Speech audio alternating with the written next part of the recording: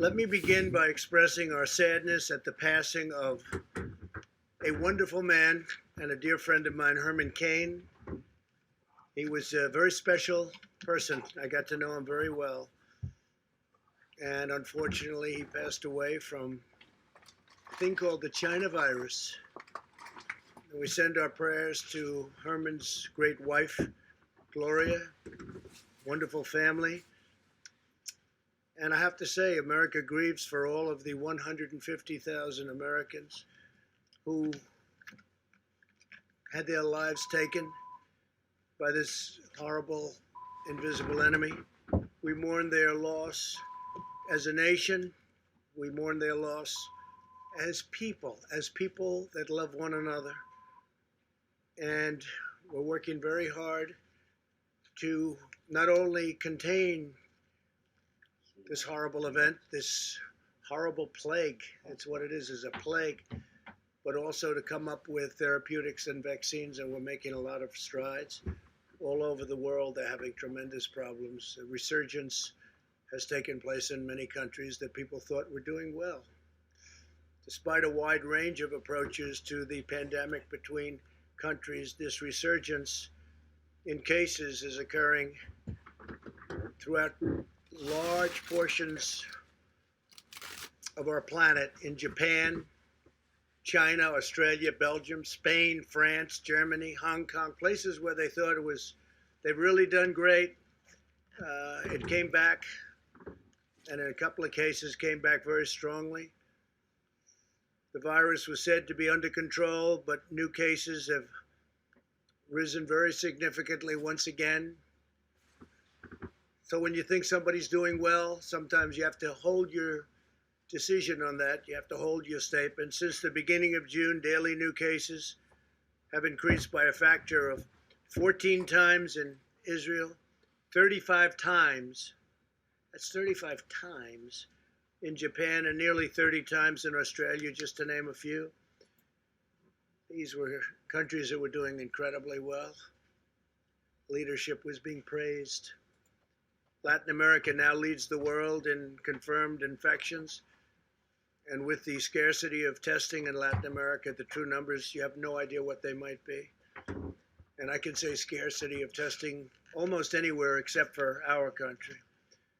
This disease is highly contagious and presents unique challenges to our border states. Meanwhile, states like California, Washington State, Maryland, Virginia, Nevada, Illinois, Oregon, and many others, they were thought to be doing well, and they had a big resurgence and were hit very hard. And governors that were extremely popular are not so popular anymore. They were held up as models to follow, and then they got hit. And I'm not even saying it's their fault. It's probably not their fault. It's just the way it is. That's the way it is. Highly infectious, one of the most infectious diseases that anybody has ever seen. Not since 1917, over 100 years ago, has anyone seen anything like what we're witnessing now. But these states have also seen the virus substantially rebound, and again, no one is immune. No one is immune. These facts illustrate the imposing determinant, and it is a determinant that a blanket shutdown to achieve a temporary reduction in cases is certainly not a viable long-term strategy for any country. People are starting to understand the disease now. We certainly have understood a lot about the disease that we didn't have any idea. Nobody ever saw anything like this. The primary purpose of a shutdown was to flatten the curve, ensure sufficient hospital capacity, and develop effective treatments and therapies to reduce mortality. And we've done that, but it can come rearing back when you least suspect it. We did the right thing initially. We saved millions of lives. What we did the right thing. But a permanent shutdown would no longer be the answer at all. A small shutdown of certain areas, but we don't want to do that. Small shutdowns can be very helpful, but not for long periods of time. We understand what we're dealing with now, but it's a very complex situation. And I can only say, thank heaven that we are so advanced in what we're doing in terms of vaccines and therapies. We now know a great deal about the virus and how to treat it and who it targets. Almost half of the deaths come from less than 1% of our population. Think of it, half of the deaths, really a tremendous number, half of the deaths come from less than 1% of our population, those living in nursing homes and assisted living facilities. The average age of those who die from the illness is 78. We've announced very strong measures to protect those who are most vulnerable. The scientific path forward is to protect those at highest risk while allowing those at lower risk to carefully return to work and to school with appropriate precautions. I'm once again urging the American people to protect their dear family and friends and anybody who's elderly, especially if somebody's elderly and they have heart problems, if they have certain illnesses.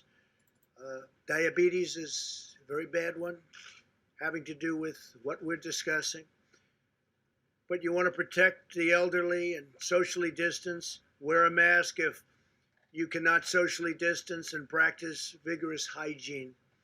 Everyone, even healthy young people, should be taking extraordinary care to avoid infecting those at the highest risk from this terrible disease. The elderly and those with chronic health issues have to be protected. In the current hotspots across the Sun Belt, the data is showing very encouraging signs. Arizona in particular has crossed an important threshold. For every person with the virus, we're now seeing an average of less than one additional person infected, and the numbers are coming down and coming down very substantially. They're starting to come down in Florida. Arizona is really leading away. I was in Texas yesterday, and they're starting to come down significantly, we believe, in Texas. Need another few days to figure that one out, but it looks like they're coming down very significantly. Earlier today, I visited the Red Cross headquarters to discuss plasma therapy, which is a tremendous thing that they're looking at, and they have a lot of experience with it.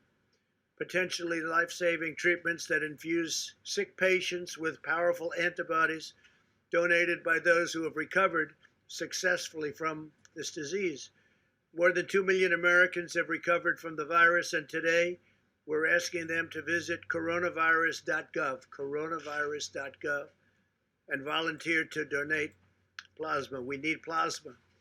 It's something that's been very effective, and we need plasma from those that were infected and successfully recovered, as most people do. Most people do. Plasma is one of the many promising treatments my administration is accelerating.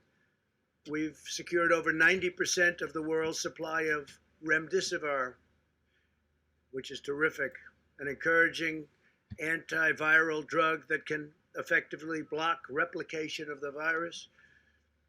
We've also approved the use of the widely available steroid, which has been very successful, dexamethasone, which has shown success even in patients at more advanced stages of the disease.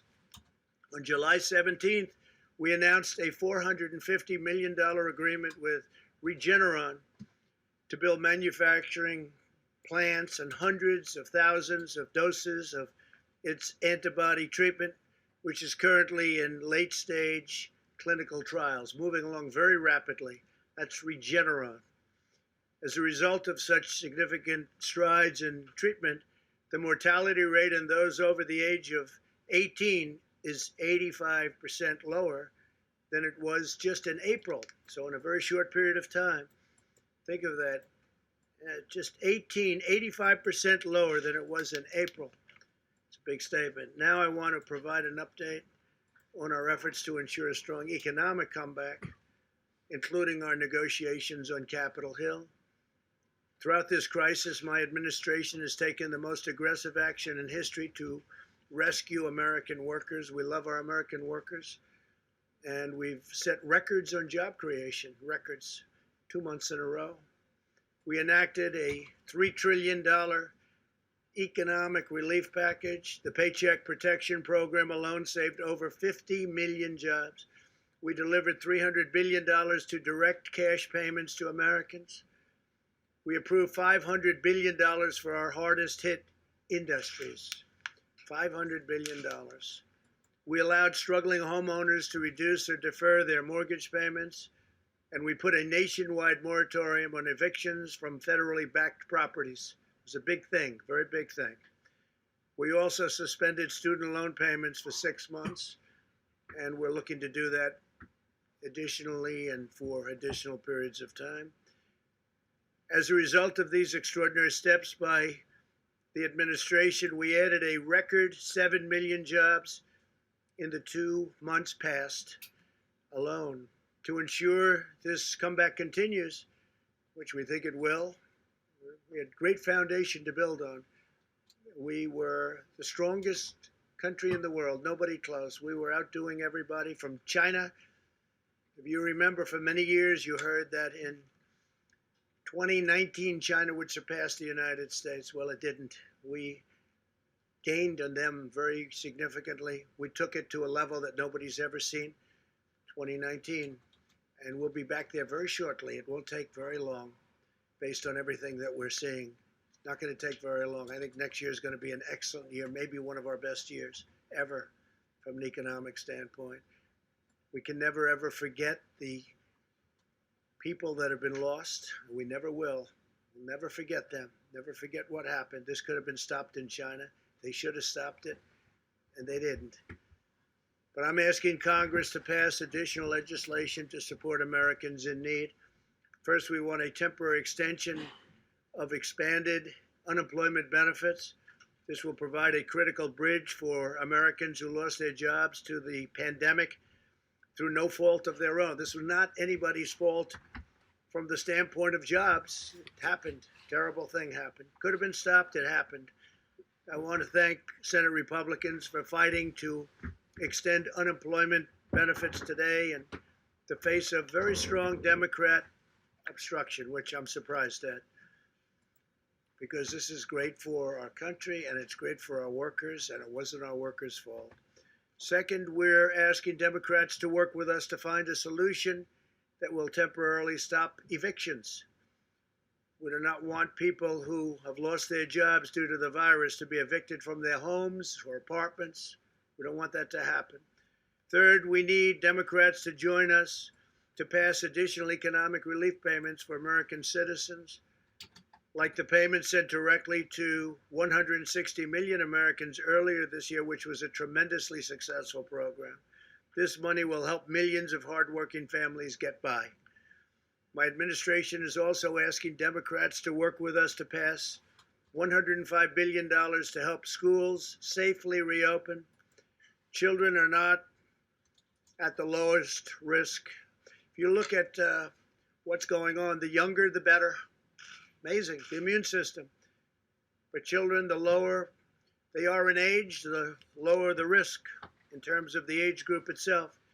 I tell the story that in New Jersey, with thousands and thousands of people dying, sadly dying, the governor was telling me that only one, Phil Murphy, only one died under the age of 18. That's incredible. With thousands of people that died in the state of New Jersey, one made an impact.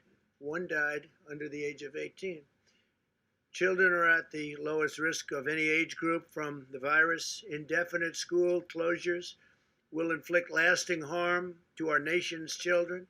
We must follow the science and get students safely back to school while protecting children, teachers, staff, and family. We have to remember that there's another side to this. Keeping them out of school and keeping work closed is causing death also, economic harm, but causing death for different reasons, but death, probably more death. If governors do not want to open the public schools, the money should go to parents so they can send their children to the school of their choice. So We say if a school doesn't want to open or if a governor doesn't want to open, maybe for political reason and maybe not. But there is some of that going on. The money should go to the parents so they can send their children to the school of their choice. If schools stay closed, the money should follow the students so families are in control of decisions about their sons and daughters, about their children. But to pass a bill, Democrats must reject the extreme partisan voices in their party. They have tremendous voices. They're looking at November 3rd. And probably a day later, they'll say, let's open up the country. But the Democrats have to reject the extreme partisan voices in their party so that we can get our country going even quicker than it's going right now. We have a lot opening, and we have a lot of states that you thought were doing pretty poorly from the standpoint of the virus, and they're actually coming back very strong. This pandemic has underscored the importance of economic policies that put American families and workers first. Got elected on the fact that I put America first. For many, many decades, in my opinion, we put America last. If you look at the crazy, horrible, disgraceful trade deals that we've watched for many years destroy our country. NAFTA, we terminated it. We have USMCA now, which is a great deal, and our farmers are doing really well despite the pandemic. But we put America first, America's families first, and America's workers first.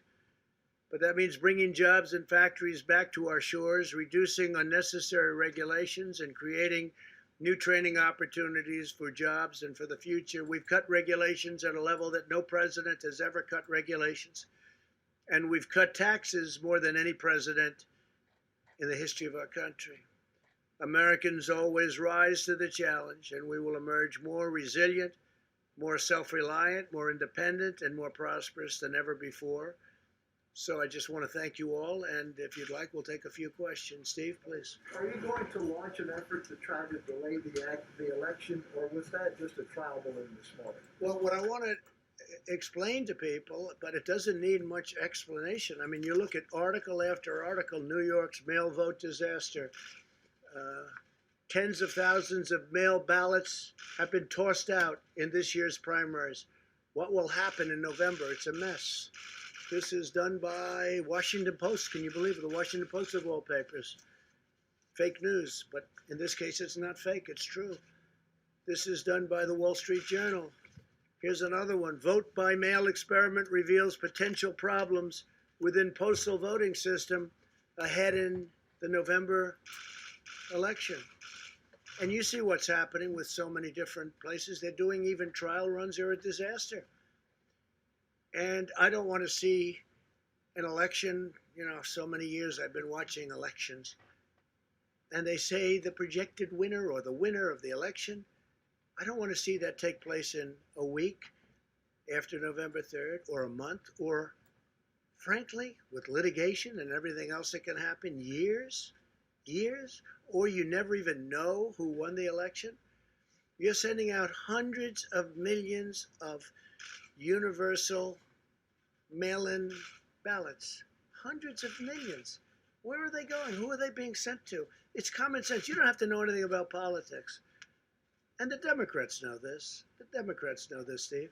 So I want an election and a result much more than you. I think we're doing very well. We have the same fake polls, but we have real polls. We're doing very well. I just left Texas, and Biden came out against fracking. Well, that means Texas is going to be one of the most unemployed states in our country. That means Oklahoma, North Dakota, New Mexico, going to be a disaster. Ohio, Pennsylvania, disaster, no fracking. I want to have the result of the election. I don't want to be waiting around for weeks and months and literally, potentially, if you really did it right, years, because you'll never know. These ballots are missing. You saw Paterson, New Jersey. You saw many other instances. There's tremendous litigation on that right now. And that doesn't include absentee. Absentee is different. Absentee, you have to work and you have to send in for applications. You have to go through a whole procedure. Like, for instance, I'm an absentee voter because I can't be in Florida because I'm in Washington. I'm at the White House. So I'll be an absentee voter. We have a lot of absentee voters, and it works. So we're in favor of absentee, but it's much different than millions of people. In California, they're going to send out tens of millions of voting forms. Well, where are they going to go? You read where postmen are in big trouble now. You read where city councils are in big trouble now. Voter fraud all over the ballot. So, no, I want to be standing, hopefully, hand held high, big victory, because we're doing things with our country that I think nobody else could have done. Our country is, despite this pandemic, which is devastating the rest of the world, by the way, devastating. One of the articles that came out was the world's COVID resurgence. This is the Wall Street Journal editorial, the main editorial yesterday in the Wall Street Journal. I don't always agree with them, but they have the world's COVID resurgence, countries hailed as models to see, and then they go, the virus returns at a level like they haven't even seen. We've been giving praise to certain countries, and the virus has now come to them like the first time. But it's a very interesting, and it talks about many countries where everybody was holding them up and saying, what a great job they did. Well, it's just one of those things. Didn't work out so well. So we want to have an election. I'd love to see voter ID. But this is the opposite of voter ID. The Democrats love it. The Republicans hate it. We all agree that absentee voting is good. Mail-in ballots will lead to the greatest fraud. You know, we talk about Russia, Russia, Russia for 2.5 years, and then they found nothing, and there was nothing. But they talk Russia, Russia, Russia. They talk China. They talk all of these countries. They say they get involved in our elections. This is easy. You can forge ballots. This is much easier for foreign countries. Go ahead, Steve. The election is probably a non-starter. Wouldn't you agree with that? I just feel I don't want to delay. I want to have the election. But I also don't want to have to wait for 3 months and then find out that the ballots are all missing and the election doesn't mean anything. That's what's going to happen, Steve. That's common sense. And everyone knows it. Smart people know it. Stupid people may not know it. And some people don't want to talk about it, but they know it. And no, we want to have an election where people actually go in and what's your name? My name is so-and-so. Boom, you sign the book like I've been doing for years. It's very, very unfair to our country. If they do this, our country will be a laughingstock all over the world because everyone knows it doesn't work. How many ballots is he sending in California? 28 million or some massive number. Other states are sending out millions and millions of ballots. Well, they've done it. They had experiments. They had news organizations experimenting. And look, read the story in the Washington Post about mail-in voting. It's a disaster. I'm very surprised to see that story, frankly, from them. The story is a disaster. So we're asking for a lot of trouble. And no, do I want to see a date change? No. But I don't want to see a crooked election. This election will be the most rigged election in history if that happens, John. So, Mr. President, you said that you don't want to see a delay in the election, but then it looks like the process of these mail-in ballots is going to continue to November. Well, we have many court cases, John.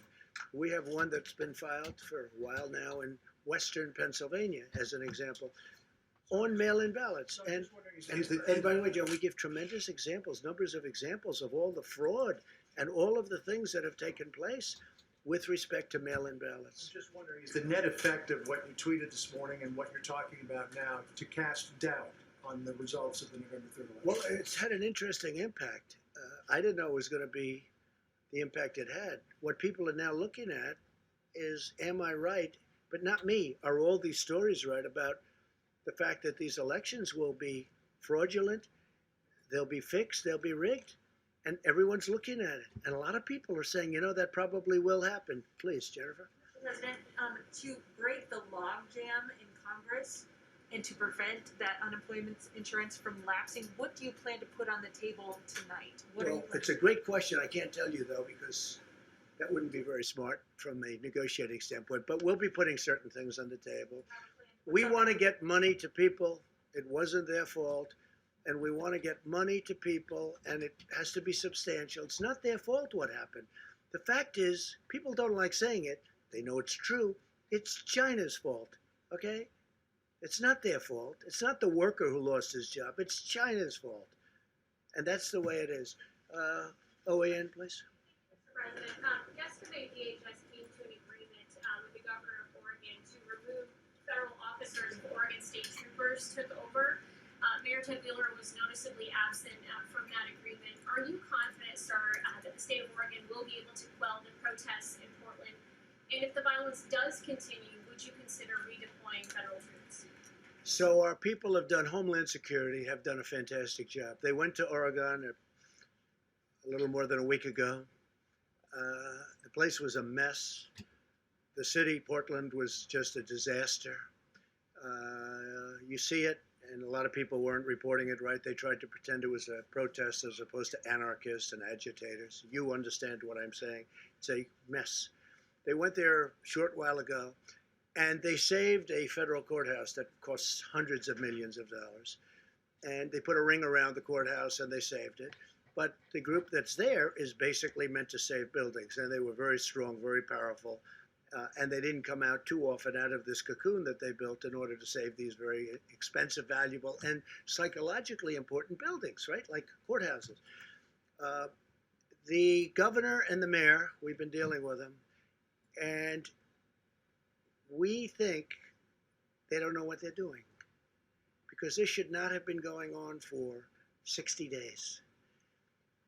It's not our job, unless in case of emergency, which I consider now to be an emergency, it's not our job to go in and clean out the cities. That's supposed to be done by local law enforcement. Yesterday, the governor worked a deal where they'll do it.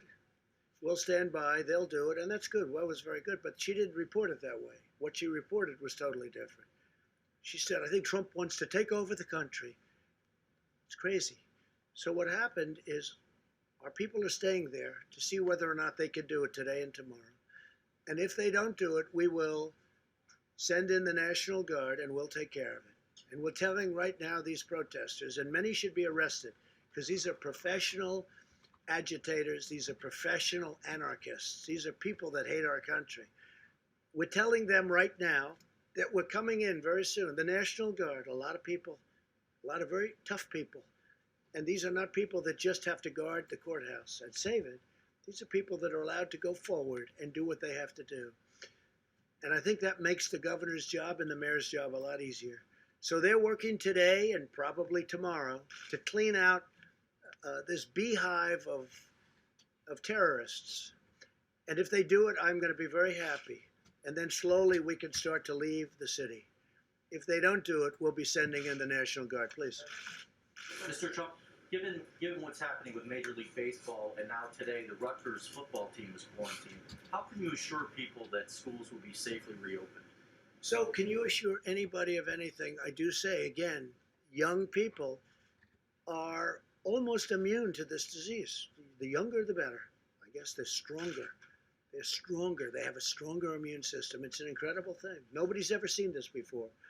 Various types of flu will hurt young people more than older people. But young people are almost immune. If you look at the percentage, it's a tiny percent of 1%. It's a tiny percent of 1%. So we have to have our schools open. We have to protect our teachers. We have to protect our elderly. But we do have to have our schools open. Mr. President? Yeah, please, go ahead. Mr. President, a week ago you said you're in the process of developing a strategy that's going to be very powerful involving the coronavirus. Where is that strategy? Well, I think you're seeing it, and I think you will see it. And one of the things that we've done that we're getting, it hasn't been utilized fully yet, but we're all set to march when it comes to the vaccine. We have great therapeutics that are testing very well, and we have great vaccines from incredible companies, Johnson & Johnson and Pfizer and Merck and all of these great companies, and they're doing very well. And the delivery system is all set. logistically. We have a general that's all he does is deliver things, whether it's soldiers or other items. And I think you're going to see something that's going to be spectacular. The FDA has approved things at a rate that's a tiny fraction of what it would take during another administration, let's say. We are way ahead on vaccines, way ahead on therapeutics, and when we have it, we're all set up with our platforms to deliver them very, very quickly. The vaccines are doing well, the therapeutics are doing well, and we're all set to deliver them as soon as we have them, and that's going to be very soon. Thank you very much.